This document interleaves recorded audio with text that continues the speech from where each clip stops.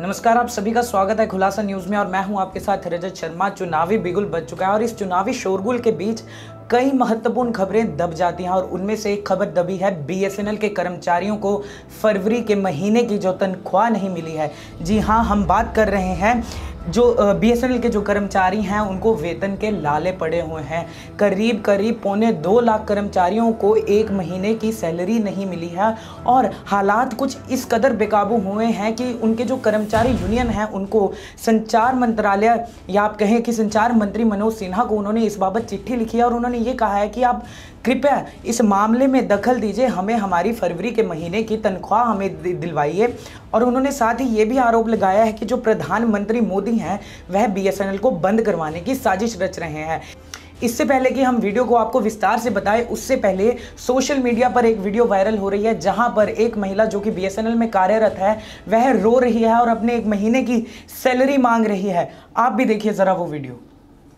Ladies हूँ, कोई पैसा नहीं देगा मुझे, ठीक है, मांगूंगी तो भी कोई नहीं देगा। मेरे बच्चे छोटे हैं, सबके बच्चे कमा रहे हैं सर, इसलिए सब चुप बैठे हुए। मैं कहाँ से करूँ?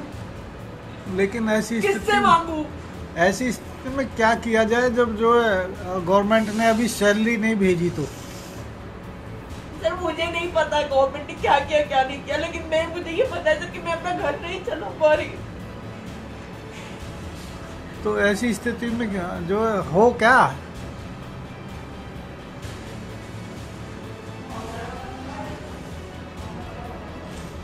जितना मुझे पता है हमारे सेंटर में बैठ के दिल्ली के ऑफिस में ऑफिसरों को तनख्वाह दी गई। क्यों दी गई? वो कितना काम करते हैं, उनकी तनख्वाह छोड़ी जाती है तो सर ग्रुप सीडी के लोगों को तो सैलरी मिल जाती है। हम लोग के पास सर एक महीने का किसी आम आदमी का खर्चा 20 से 25 हजार है, हमारी तनख्वाह उतनी कट के आती है हमारे पास। उनकी तनख्वाह कटने के बाद भी 80,000 70,000 रुपए उनके पास जाती है। उनके कितने खर्चे हैं? उनको तो सारे अलाउंसेस मिलते हैं, तो टैक्सी का किराया मिलता है। हम तो कहीं जाते हैं तो ऑटो बुक करके जाते हैं, हर चीज का पैसा हम देते हैं। आखिर बीएसएनएल के जो कर्मचारी हैं उनको वेतन मिलना बंद क्यों हो गया है?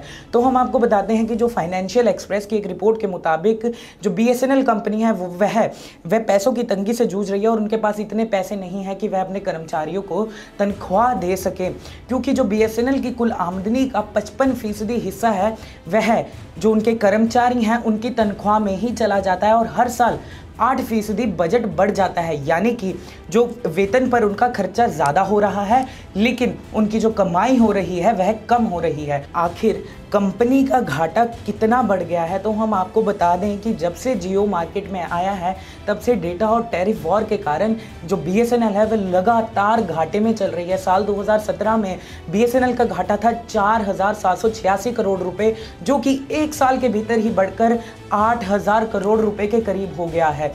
और इसके बावजूद कर्मचारियों की ये भी शिकायत है कि जो सरकार है वह बीएसएनएल की मदद नहीं कर रही है। आखिर किस मदद की कर्मचारी मांग कर रहे हैं और ये मदद है क्या? दरअसल बीएसएनएल यूनियन बोर्ड ने संचार मंत्रालय के पास एक प्रस्ताव भेजा था जिसमें उन्होंने कहा था कि हमें विभिन्न बैंकों से हमें लोन दिलवा दिया जाए, कर्जा दिलवा दिया जाए, जिस प्रस्ताव को नामंजूर कर दिया गया। और इसी बीच जो बीएसएनएल कर्मचारी यूनियन के स्वप्न चक्रवर्ती हैं उनके मुताबिक जो बीएसएनएल पर इस वक्त बैंकों का कर्जा है वह 13,900 करोड़ रुपए। और क्या यही कारण है कि सरकार इस उनके प्रस्ताव को मंजूर नहीं कर रही? क्योंकि जो वोडाफोन और आइडिया है उन पर इस समय 1.2 लाख करोड़ रुपए का कर्जा है, एयरटेल पर 1.13 लाख रुपए करोड़ का कर्जा है और रिलायंस जियो पर करीब 2 लाख करोड़ रुपए का कर्जा है। ऐसे में सिर्फ सवाल ये भी उठता है कि सिर्फ बीएसएनएल को ही क्यों नहीं लोन दिया जा रहा और क्या क्या आरोप लगा रहे हैं बीएसएनएल के कर्मचारी? दरअसल बीएसएनएल के कर्मचारी सरकार पर काफ़ी गंभीर आरोप लगा रहे हैं। वह कह रहे हैं कि वह बीएसएनएल की दशा सुधारने के लिए सरकार कोई गंभीर और कोई ठोस कदम नहीं उठा रही है और उन्होंने साफ साफ सरकार पर यह निशाना तान दिया है कि सरकार जियो जैसी निजी कंपनियों को प्रमोट कर रही है और बीएसएनएल के लिए कुछ भी नहीं कर रही है। और उन्होंने ये भी आरोप लगाया है कि जितने भी बीएसएनएल के 4G सेवाओं के जितने भी सर्कल हैं उसमें कुछ के स्पेक्ट्रम के आवंटन को लेकर सरकार मंजूरी नहीं दे रही है।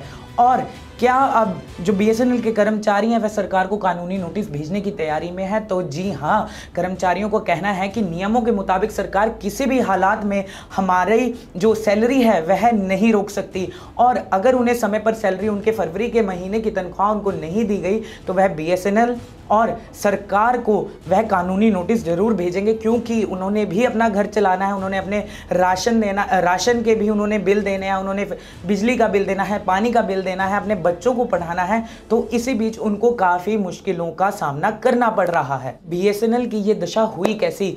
क्या ये रिलायंस जियो के आने का असर है? तो हम आपको बता दें, जी हाँ, ये रिलायंस जियो के मार्केट में आने का ही असर है, क्योंकि जब जियो मार्केट में आया तब टेलीकॉम सेक्टर में काम कर रहे तकरीबन 30,000 कर्मचारियों को अपनी नौकरी गंवानी पड़ी, और इनमें Uninor, Aircel, Tata teleservices के जैसी कंपनियां थी, और जियो के कारण ही बड़े बड़े शोरूम, बड़ी बड़ी कंपनियां बंद हो गई। तो इसी के बीच खबर ये भी है कि सरकार शायद तकरीबन 35,000 कर्मियों की छंटनी भी कर सकती है, क्योंकि उनके ट्रैवल और जो मेडिकल अलायंस थे उनमें तो कटौती कर ही दी गई है, तो उनको VRS के लिए भी मना सकती है। लेकिन ये सभी अभी जुबानी ही ये बातें हैं और ये हवे में बातें हैं। तो ये देखना होगा कि सरकार आखिर क्या BSNL को इस दशा से बाहर लेके आ पाएगी, क्योंकि सरकार के सूत्रों के हवाले से तो बात यही आई है कि मार्च 21 यानी कि होली से पहले 1.5 लाख कर्मचारियों को उनकी सैलरी दे दी जाएगी, जो फरवरी की जो पेंडिंग सैलरी है। और लेकिन इसके लिए तकरीबन 850 करोड़ रुपए का आवंटन करना होगा, लेकिन यहाँ पर कोई रोड मैप है ही नहीं कि आप आखिर 850 करोड़ रुपए लेकर आएंगे कैसे। तो ये देखना बहुत ज़रूरी हो जाता है कि क्या सरकार BSNL को इस दशा से बाहर लेकर आएगी, क्या इसकी दशा को सुधारेगी। अगर आपको हमारी ये वीडियो अच्छी लगी तो इसे कीजिएगा लाइक, शेयर और हमारे चैनल को कर दीजिएगा सब्सक्राइब, और देखते रहिए खुलासा न्यूज़।